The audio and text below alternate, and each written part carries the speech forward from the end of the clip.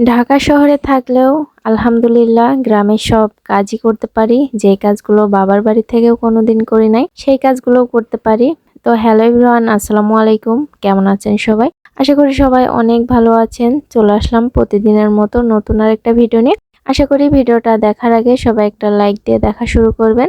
তো সকালবেলা এখানে ঘুম থেকে উঠে টুকিটাকি যে কাজ কাম থাকে সেগুলো শেষ করে রান্না করতে চলে এসেছি।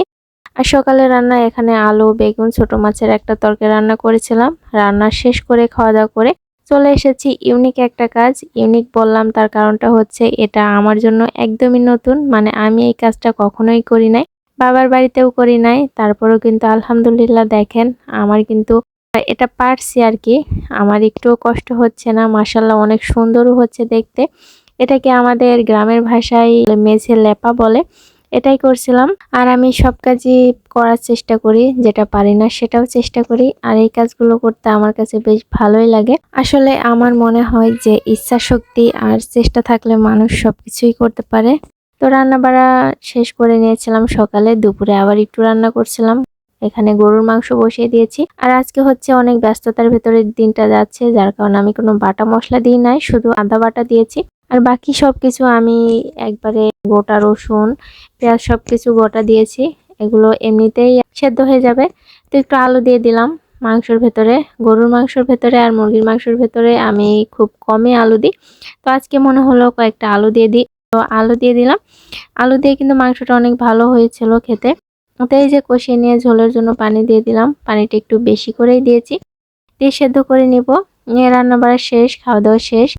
বিকালের দিকে এদিকে দেখেন বাচ্চারা এখানে খেলা করছিল। এগুলো দেখে আসলে ছোটবেলার কথা মনে পড়ে গেল। ছোটবেলায় অনেক খেলেছি এগুলো। ছোটবেলার স্মৃতি আসলে অনেক সুন্দর, ছোটবেলার জীবনটা অনেক সুন্দর।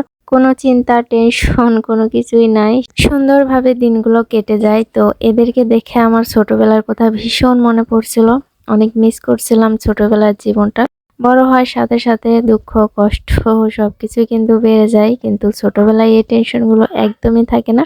তো ওদেরকে আমি অনেকক্ষণ ভিডিও করেছিলাম, অনেকক্ষণ দেখছিলাম এগুলো, আর ছোটবেলার স্মৃতিচারণ করছিলাম। তাছাড়া তো আর কিছুই করার নাই। তো এদিকে আবার দেখেন দড়ি লাফানো যেটা খেলা সেটা খেলছে। আসলে সবকিছু পুরনো স্মৃতি।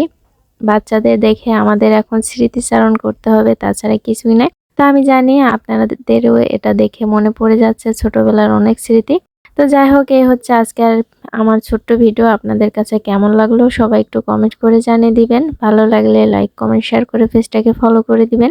ইউটিউব চ্যানেল থেকে দেখে থাকলে চ্যানেলটা সাবস্ক্রাইব করে দিবেন। সবাই আমার পাশে থাকবেন, আমাকে সাপোর্ট করবেন।